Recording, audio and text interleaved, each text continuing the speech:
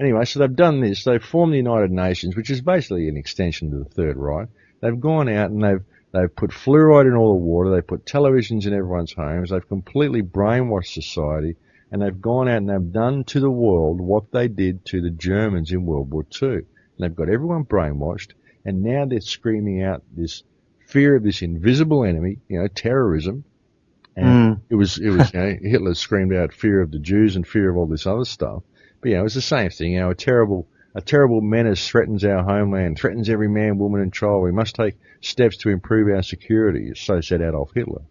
And this is what they've done. They've done it all around the world under the guise of protecting us. They've got cameras everywhere. Children getting patted down in the airport. They want to know everything you're doing, putting spy planes everywhere, monitoring all your email. They want to know everything about everybody, and they want to know every single person who is daring to speak out against those who are in control so they can eliminate them, and they can just have this nice, tightly little brainwashed society who are more interested in their iPhones and their Xboxes and their video games and are quite happy to go and work in the factory and keep the machine running, and they want to eliminate everybody else. That's what it's all about. And that's what the Germans said they wanted to do. That's what the Third Reich said it wanted to do. It wanted a global government, wanted a global monetary system, wanted a new world order. That's what it was all about. And that's exactly what they've done. See, we thought the Germans lost the war, the Nazis lost the war, but the Nazis didn't lose the war. Germany did. Germany was a patsy state. It was used to create a certain scenario to lull the world into a false sense of security and then spread its tentacles out across the globe and lock the whole globe down into a global police state. And that's exactly what they've done. Well, these people roll out plans which go on for long periods of time, and David Icke coins the term the totalitarian tiptoe. These people, have all angles covered, and they work on the premise of problem, reaction, solution. Absolutely. Do you want to explain to some of our viewers how that works? Well, it's Hegelian dialectic is problem, reaction, solution, thesis, antithesis, synthesis, and then the synthesis becomes the new thesis.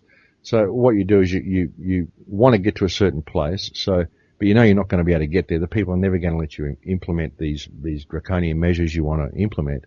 So you create a situation, and then you wait for the public reaction, and then you provide the solution for them, which then creates the new thesis, and then you can do it again. And you just keep doing it and piling it on and piling it on and piling it on. So, they have 9/11. The result is the implementation of Homeland Security and the loss of domestic rights. So there's your problem, there's your reaction, here's your solution. Your solution is to put more security in place, okay? So that becomes more solution. That becomes a new thesis. Okay, now we've got the security in place. We need to lock down the flow of information. So we have something like WikiLeaks happen. Oh, look, national security, the release of government documents, we're going to have to censor the internet to keep you safe. We have to keep you safe from reality. We have to keep you safe from all this information that might be out there. And really, we're doing it to protect ourselves. Because there's so much information on the internet now about government corruption. So they've got to create a scenario where they can shut down the internet. There's WikiLeaks. Problem, reaction, solution. Thesis, antithesis, synthesis. All the time. Hegelian dialectic. This has been going on for hundreds and hundreds of years, folks. They do it all the time. This is basically how governments have implemented plans right through history. Right through history. The burning of Rome, Nero burning Rome. These false flags go way back. The Gulf of Tonkin, problem, reaction, solution, the whole thing. The Lusitania in World War One, problem, reaction, solution. All the way, the whole time. And World War II was a big problem, reaction, solution. How do we take over the world? Okay, we'll create this terrible menace. We'll come in on the White Knights on the charges, and that will give us the opportunity to put a military base all around the planet. There you go, problem, reaction, solution. The world's going to love it because they're going to think, we can never face anything like Hitler. Oh my God, what a terrible menace. So what we're going to do is we're going to let our own nations turn into that which Hitler was putting in place in order to protect us from someone like Hitler. Yeah, it's amazing. We just go along with it. Oh, gee, okay, no worries, sir. 3 bags full, sir. It's absolute amazing. Madness. It's insane. Sorry, I'll carry on. If just for people, if we go down this path, I'm talking about the end game here. If we don't stand up, if we don't peacefully rebel, if we don't wake up, could you paint a picture for us of what the reality could well look like in maybe 5, 10 years time? George Orwell made a wonderful quote in the book 1984, and he said, "If you want to see the future, imagine a boot stomping on a human face forever." I can't really say it any better than that. It's a very, very powerful statement there. I mean, it is an inspirational book. Well, in fact, some people even regard to it as maybe the blueprint, as well as the Aldous Huxley, A Brave New World. Well, absolutely. It's a cross between 1984 and Brave New World. It's actually more like Brave New World. It will be a very digitally controlled society. Every single move you make will be controlled. If you're microchipped, then even thinking outside of the box, you'll be ostracized.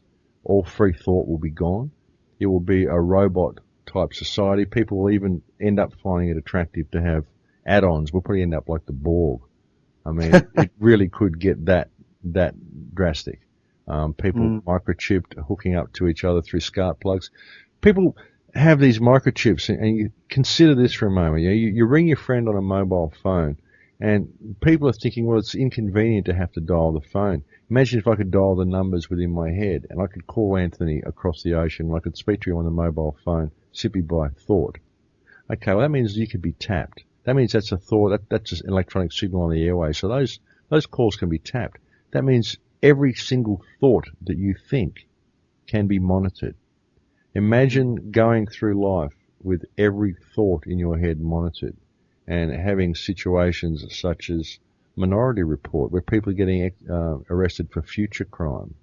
Imagine being pegged as a free and independent thinker when you're in primary school and being sent to a special class, or maybe possibly sent to a slave farm, because you're obviously going to be a threat to society because you're a free and independent thinker. I mean, this is what we're heading for. This is what this technological nightmare that they're attempting to build is really going to be like if we allow it to be put into place. It is really very disturbing. The more you dig, really, the deeper it gets. But hopefully, we're going to head that off before we get to it. And in fact, that's where the inspiration comes from when you look with it. I mean, I couldn't possibly kind of deal with a reality like that. I'd choose maybe another option, but anyway, that's me. It's an opportunity for us, man. It's an opportunity for us to see what's coming and to realize how easy it is to fix it. Yeah. Because when you start to think about your family and you start to think about your children, it really is a simple choice. What you're going to be bringing them into in the future. Absolutely. Okay, well, it's been an absolute pleasure talking to you. I've got a lot from this, Max, personally, and also on a deeper level. So a great thanks to you for giving some of your time to icanplanet.com. And thank you, mate. My pleasure, Anthony. Pleasure to come on any time. Nice one, mate. And hopefully we'll cross paths again in the future. So I'll get going now, mate. See you later. Bye-bye. Bye.